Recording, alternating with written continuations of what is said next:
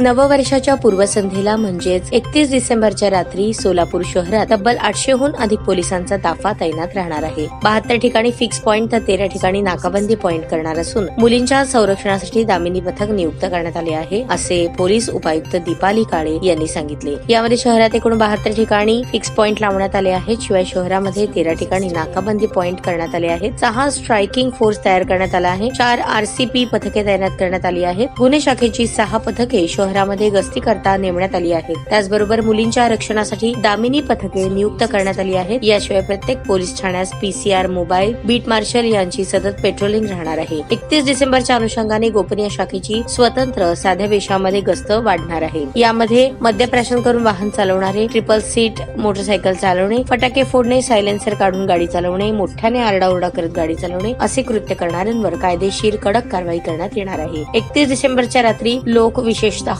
तरुण तरुणी मोठ्या प्रमाणावर सहभागी होऊन नूतन वर्षाच्या स्वागत कार्यक्रमाचे आयोजन करतात। उत्साहामध्ये तरुण मुले रात्रीच्या वेळेस रस्त्यावरून पायी तसेच वाहनावर गटागटाने फिरतात। नववर्षाचे स्वागत करणारे अतिउत्साही काही लोकांमुळे तसेच मद्यप्राशन करून वेगाने वाहन चालवणाऱ्या लोकांमुळे अपघात होऊ शकतात। त्यामुळे प्रत्येक नागरिकांनी योग्य ती खबरदारी घेऊन आनंदात 31 डिसेंबर साजरा करावा। ताज्या बातम्या पाहण्यासाठी प्राईम महाराष्ट्र न्यूज चॅनलला सबस्क्राईब करा।